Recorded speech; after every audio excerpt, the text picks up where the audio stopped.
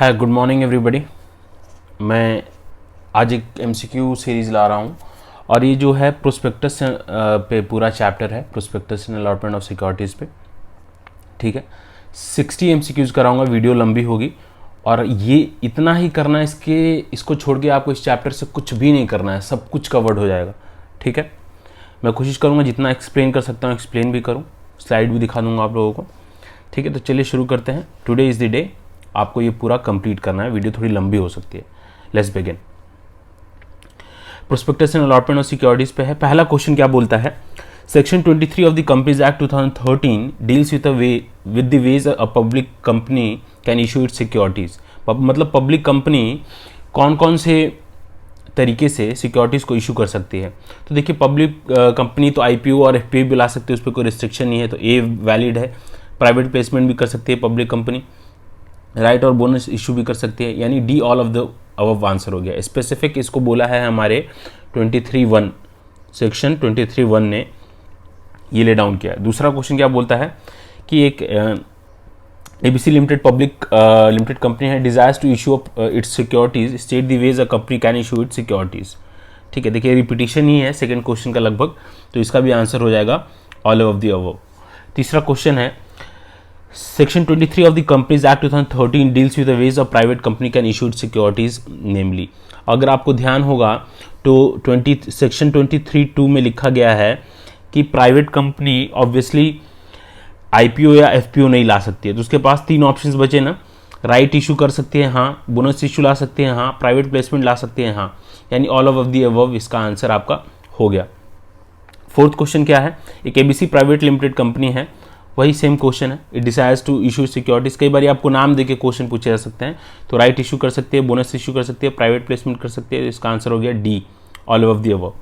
फिर fifth question क्या है, dash companies prohibited from access to the public in raising its capital. जैसे कि मैंने बताया कि प्राइवेट कंपनी के डेफिनेशन में ही लिखा हुआ है that it prohibits any invitation to the public to subscribe for any securities for any of the company. तो इसका आंसर आपको ऑप्शन में ही दिख गया होगा, इसका आंसर है private company. Sixth, in case of a listed company और a company who propose to get security listed, issue shall be govern by the companies act 2013 और as well as the provision of SEBI act 1992। देखो, जिस भी company को अपने securities को listing कराना है और सिक्योरिटीज को इशू करना है, तो क्या उस पर उसको कंपनीज एक्ट 2013 भी फॉलो करना पड़ेगा और सेबी भी? तो बिल्कुल यस, कंपनीज एक्ट 2013 को भी फॉलो करना पड़ेगा। सेक्शन 24 ये बोलता है, और आपको powers of SEBI to regulate issue and transfer securities, उसके भी रेगुलेशंस को आपको फॉलो करने पड़ेंगे। तो इसका आंसर क्या है बताइए, इसका आंसर है ए, ट्रू।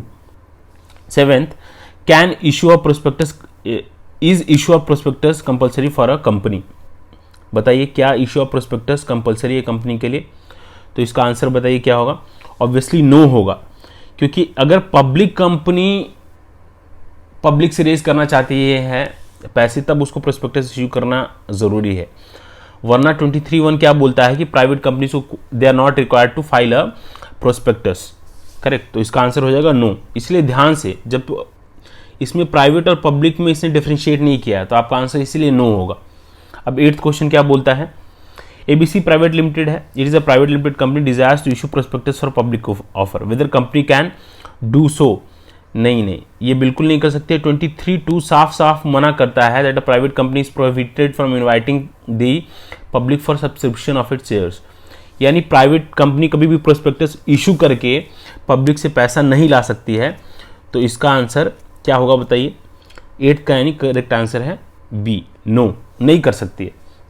9th, ध्यान से देखिएगा, any document by which the offer for sale to the public is made, where a company allots or agrees to allot any securities by the company with a view to all or any of those securities being offered for sale to the public shall be, बताइए इसका answer क्या होगा। तो इसका answer होगा 9th का A, deemed prospectus being offered for sale to the public। ऐसा कोई भी डॉक्यूमेंट जिससे लगता है कि आप पब्लिक से फंड रेज करना चाहते हैं, सिक्योरिटीज ऑफर करना चाह रहे हैं सेल के लिए, तो उसको हम डीम प्रोस्पेक्टस मान लेते हैं। ठीक है, ये कौन सा सेक्शन बोलती है, ये सेक्शन 25 में आपके लिखा हुआ है। 10th क्वेश्चन क्या है, डीम्ड प्रोस्पेक्टस कौन कौन साइन करेगा? तो it shall be signed by, A इसका करेक्ट आंसर है, by 2 directors in case of company and by not less than 1/2 of the partners in case of firm. ठीक है, डीम्ड प्रोस्पेक्टस कौन कौन साइन करेगा? By 2 directors in case of company and by not less than 1/2 of the partners in case of firm. अब बोल रहा है state the non applicability of section 26 of the companies act 2013। देखिए 26 contents of prospectus के बारे में बात करता है, कंटेंट्स ऑफ प्रोस्पेक्टस के बारे में बात करता है। तो ये किसको किसको एप्लीकेबल नहीं है बताइए? पहला option, not applicable to existing share holders debentures, is not applicable to issue of shares और debentures of similar nature which are already issue by the company. C both A and B, D none of the above. तो इसका answer है both A and B. ठीक है, ये contents of the prospectus के बारे में बात कर रहा है, तो इन दोनों के लिए नहीं लगता है। 12th question, state the procedure of alteration of contents of prospectus. अगर आपको कंटेंट्स ऑफ प्रोस्पेक्टस को ऑल्टर करना है मान लीजिए, तो ऑब्वियसली ये सेक्शन 27 कवर करता है ऑफ द कंपनीज एक्ट 2013। तो आप इसमें क्या करेंगे अगर आपको ऑल्टरेशन ऑफ करना है प्रोस्पेक्टस के कंटेंट्स का? तो पहला क्या बोलता है ऑप्शन कि जनरल मीटिंग से स्पेशल रेजोल्यूशन पास कीजिए। दूसरा कि जो भी डिटेल्स है वो आपको 2 न्यूज़पेपर में निकालना पड़ेगा, एक इंग्लिश में, एक अदर वर्नाकुलर लैंग्वेज में, circulating the city in which the registered office of the company situated. तो ऑप्शन देख के आंसर लग रहा है, आइडिया लग रहा है, तो इसका आंसर 12th का सी बोथ ए एंड बी। आप इतना कर लें, इससे आगे आपको कुछ नहीं करना है। अब 13th क्वेश्चन आपका आ गया, ये क्या बोलता है? Restriction of use of money through prospectus shall not be used for buying, trading और otherwise dealing in equity shares of any other listed company. ये तो आपको पता ही है, ये सेक्शन 27 का सेकंड प्रोविजो है। सेक्शन 27 सब सेक्शन 1 का सेकंड प्रोविजो ये बोलता है कि आप जो भी पैसा प्रोस्पेक्टस से इशू रेज करेंगे, use of money through prospectus, तो आप उसको ट्रेडिंग या बाइंग के लिए नहीं, dealing in equity shares of other listed company के लिए नहीं कर सकते हैं। तो 13 का आंसर हो गया A true. State the sections of companies act for alteration of contents of prospectus. ये मैंने आपको पहले ही बता दिया है, ये सेक्शन 27 है। तो आपको सेक्शन भी डायरेक्ट पूछे जा सकते हैं, तो सेक्शन भी कोशिश कीजिएगा कि याद हो जाए। ठीक है, अब 15th क्वेश्चन क्या बोलता है? State the circumstances under which issue of prospectus is not necessary under the provisions of the companies act 2013। कौन कौन से सर्कमस्टेंसेस में इशू ऑफ प्रोस्पेक्टस जरूरी नहीं है बताइए? तो private placement through issue private placement letter, तो इसमें तो कोई प्रोस्पेक्टस की जरूरत नहीं है। Securities offer to existing share holders under right issue, इसमें भी जरूरत नहीं है। Securities offer to existing holders under a bonus issue, इसमें भी नहीं है, यानी डी। इन सारे सिचुएशन में आपको प्रोस्पेक्टस इशू करने की जरूरत नहीं है। ये आपको कंबाइन करके सेक्शन 23 और सेक्शन 25 को कंबाइन करके आपको ये रीड करना पड़ेगा। ठीक है, 16th क्वेश्चन क्या बोलता है? Dash is a public offer made by company to subscribe for securities by the public through prospectus. बताइए, ये तो बहुत सिंपल है ना। अगर कोई भी आप सब्सक्राइब करने के लिए बोलते हैं अपनी किसी कंपनी की सिक्योरिटीज को बाय थ्रू प्रोस्पेक्टस, तो वो आईपीओ या एफपीओ हो सकता है। तो इसका आंसर है आईपीओ या एफपीओ। अब 17th क्वेश्चन क्या बोलता है? Dash prospectus means a prospectus in which a permanent और constant information of earlier is given for numerous number of issue over such period. तो ये आपको पता ही है, शेल्फ प्रोस्पेक्टस, करेक्ट। इसे सेक्शन 31 में क्या लिखा हुआ है कि अगर किसी भी कंपनी को मान लो बार बार प्रोस्पेक्टस नहीं इशू करना है, नहीं इशू करना चाहती है हर नए इशू के लिए, तो वो शेल्फ प्रोस्पेक्टस इशू कर सकते हैं। हाँ, इंफॉर्मेशन मेमोरेंडम उनको डालना पड़ता है, सेक्शन 31 ये बोलती है। तो इसका आंसर हो गया शेल्फ प्रोस्पेक्टस। परमानेंट और कांस्टेंट इंफॉर्मेशन पिछले साल का उनको देते रहना पड़ेगा। सेल्फ प्रोस्पेक्टस की वैलिडिटी क्या है दोस्त? तो ये हमारी वैलिडिटी इसकी सेक्शन 31 बोलती है कि 1 ईयर है। ये इंपॉर्टेंट क्वेश्चन है। 19th section 29 of the company 2013 dematerialization is mandatory for every company making public offer. बताइए, तो 19th क्वेश्चन जो हमारा बोलता है, क्या जो भी कंपनी पब्लिक ऑफर लाना चाहती है क्या उसके लिए डीमेटलाइजेशन जरूरी है, डीमैट? तो आंसर है ए ट्रू। ठीक है, 20 नंबर क्वेश्चन 20th क्वेश्चन क्या बोलता है? एक पब्लिकली लिमिटेड कंपनी है, desires to go for an initial public offer whether dematerialization is mandatory for such company. बिल्कुल, अभी पिछले वाले क्वेश्चन में हमने देखा, मैंने दो क्वेश्चन इसलिए रखे हैं क्योंकि ये किसी भी तरीके से पूछ सकते हैं। तो इसका आंसर होगा यस। 21st क्वेश्चन क्या बोलता है? अगर कोई कंपनी एंड यदि person has received application for allotment of securities along with advance payment, then the company or any other person shall intimate the changes if any to such applicant and option to withdraw their application shall be given to such applicants। बताइए इसका answer. तो ये देखिए section 21 में sorry section 21 बोल रहा हूँ मैं, सेक्शन 31 में साफ साफ लिखा हुआ है कि कोई भी पर्सन हुआ जो भी एडवांस मनी किया है for issue before realise of information memorandum, तो वो उसका रिफंड मांग सकता है, तो वो उसका रिफंड मांग सकता है, बिल्कुल बेहिचक मांग सकता है, ठीक है, उसमें कोई दिक्कत नहीं है। सेक्शन 31 में ये साफ साफ लिखा हुआ है, ठीक है। तो इसका आंसर है ट्रू। वही ऊपर वाला ही है, बोल रहा है कि कितने टाइम में रिफंड करना पड़ेगा, अगर वो रिफंड मांगता है तो कितने टाइम में रिफंड करना पड़ेगा, ये 22 सेकंड क्वेश्चन करता है, तो 15 दिन के अंदर रिफंड करना पड़ेगा आपको उस बंदे को, अगर वो पैसा अपना मांग लेता है तो। 23rd क्वेश्चन क्या बोलता है, क्या prospectus issued by the financial institution और bank for one or more issue of the securities or class of securities specified in the prospectus is called. 23 बताइए इसका आंसर, बताइए इसका आंसर 23 का।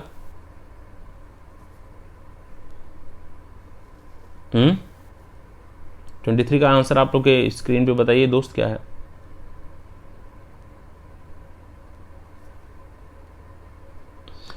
तो इसका आंसर है आपको prospectus issued by the financial institutions or bank for one or more issue of securities or class of specialised securities prospectus. अच्छा, ये तो इसका तो शेल्फ प्रोस्पेक्टस हो गया ना, ठीक है। तो इसका आंसर हो गया आपका शेल्फ प्रोस्पेक्टस। 23rd का हो गया आपका आंसर हो गया शेल्फ प्रोस्पेक्टस, जो कि सेक्शन 31 में लिखा हुआ है। 24th, mister Ram applies for share on the basis of prospectus which contain miss statement. Mister Ram ने अप्लाई किया को एक शेयर के लिए on the basis of prospectus जिसमें मिस स्टेटमेंट था। उस समय उन्होंने कोई एक्शन नहीं लिया, तो शेयर्स उनको अलॉट हुए और बाद में उन्होंने मिस्टर श्याम को ट्रांसफर कर दिया। मिस्टर श्याम बोलते हैं भाई कि मेरे को मिस स्टेटमेंट के बेसिस पे रिसीशन करना है, तो क्या वो कर सकते हैं? नहीं कर सकते हैं। देखिए आपका ये सेक्शन 37 में लिखा हुआ है साफ साफ, अगर आप 35, 36 और 37 लिखेंगे ना, ये मिस स्टेटमेंट के ऊपर है। 35, 36, 37 एक सिविल के लायबिलिटी के बारे में, एक क्रिमिनल लायबिलिटी के बारे में बात करता है और एक आपका रिस्क्रिप्शन के बारे में बात करता है। तो Mister Shyam he cannot bring an action for रिस्क्रिप्शन और the contract to buy shares for Mister Ram on the ground of misstatement, ठीक है। तो जो भी आपको सेक्शन 34 या 35 या 36 में अगर आपको फाइल करना होता है तो it should be that person should be associated जिनको इशू हुआ था शेयर, और ही शुड बी बिलीव्ड कि कोई ओमिशन और कमीशन हुआ था जब उनको शेयर मिल रहा था उसी टाइम। हाँ, और अगर आप कोई शेयर मार्केट से करते हैं ना, शेयर बाय करते हैं, तो उसमें ये मिस स्टेटमेंट वाले क्लॉजेज नहीं लगते हैं, करेक्ट है, क्योंकि आपको इन्फॉर्मेशन आपको वो नहीं होती है, ठीक है। तो 24th का आंसर हो गया no. 25th, no allotment of any securities of a company offer to public for subscription shall be made unless. 25th का आंसर बताइए। No allotment of any securities of company offer the public subscription shall be made unless the amount stated in the prospectus is minimum, या तो वो सब्सक्राइब हो गया है और sum payable on application for the amount stated have been paid and receive by bye check और other instrument. तो इसका आंसर है सी, बोथ एंड भी, दोनों हो जाना चाहिए।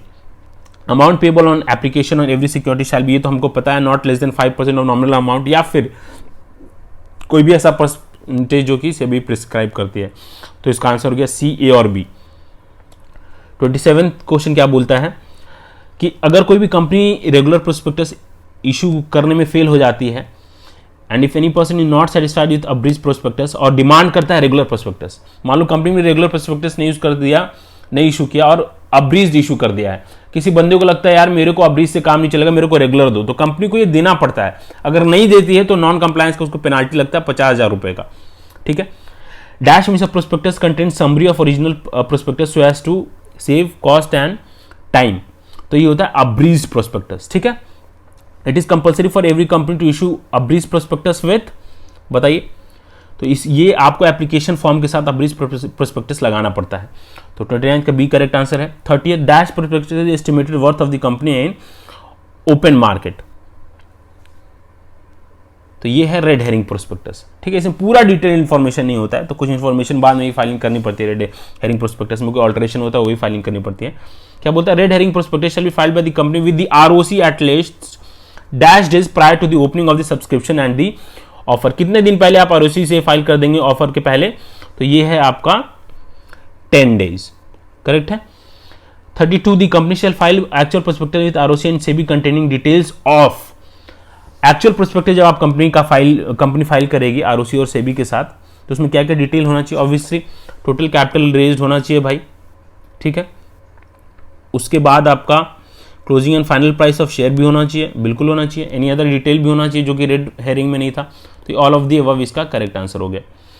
Public will place bidding on the basis of dash prospectus given in price band and bidding will be converted into offer. ये तो बहुत सिंपल सा है, क्योंकि ओपन और क्लोज प्राइस दिया रहता है रेड हेरिंग प्रोस्पेक्टस में, तो उसके बेसिस पे आपकी बिडिंग होती है। तो ये है इसका आंसर है red herring prospectus. 34th question क्या बोलता है? 34th क्वेश्चन बोलता है any changes between red herring prospectus and prospectus shall be highlighted as variations in actual prospectus, true or false. तो इसका आंसर आपको हो जाएगा यस, ठीक है।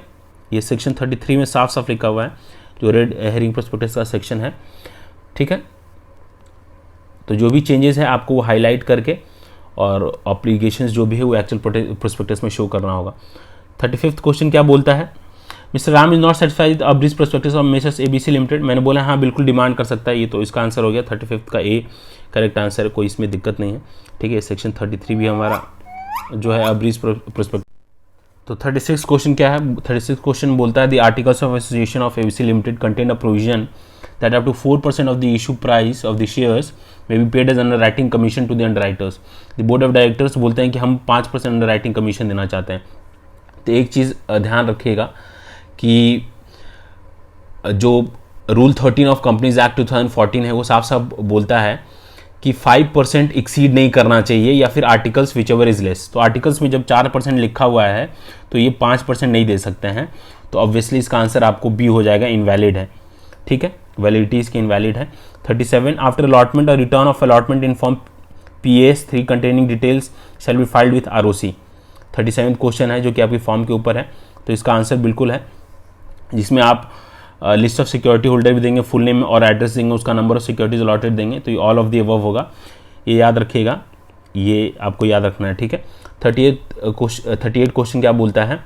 The underwriting commission on shares must not exceed, ठीक है। 38 क्वेश्चन बोलता है कि अंडरराइटिंग कमीशन कितना नहीं एक्सीड करेगा? तो 5% of the issued price of shares. ये भी आपका, अगर आपको याद होगा, मैंने अभी जस्ट बताया था कि ये रूल 13 ऑफ कंपनीज एक्ट में लिखा हुआ है, रूल 13 ऑफ कंपनीज रूल्स 2014 में लिखा हुआ है, ठीक है। 39 question if a company does not receive the minimum subscription it shall refund money received from applicants with in 120 days of the issue of prospectus, true or false? बताइए। तो obviously false है, 120 दिन का टाइम कहाँ मिलता है भाई, ठीक है। तो 39(3) हम लोग का क्या बोलता है कि अगर अमाउंट ऑफ सब्सक्रिप्शन आपको नहीं मिला है 30 दिन के अंदर फ्रॉम प्रोस्पेक्टस डेट, तो जो भी अमाउंट रिसीव किया है आपने, ये आपको 15 दिन के अंदर from the closure of the issue आपको ये रिटर्न करना पड़ेगा, ठीक है। तो ये तो ऑब्वियसली फॉल्स हो गया। तो 40th क्वेश्चन है if amount of subscription money has not been received within 30 days from prospectus days और एनी अदर प्रिस्क्राइब बेस से भी, तो amount shall be return within कितने days from the closure of issue? अभी मैंने discuss just कर ही लिया, तो इसका आंसर है 15 डेज, ठीक है। अब 41 क्वेश्चन आपका क्या बोलता है? The under writing commission on debenture must not exceed. ये भी रूल 13 ऑफ कंपनीज रूल्स 2014 ये चीज़ बोलती है। तो 41 का b 25% of the issued price of share है, ये डिबेंचर्स पे 2.5% है, याद रखिएगा।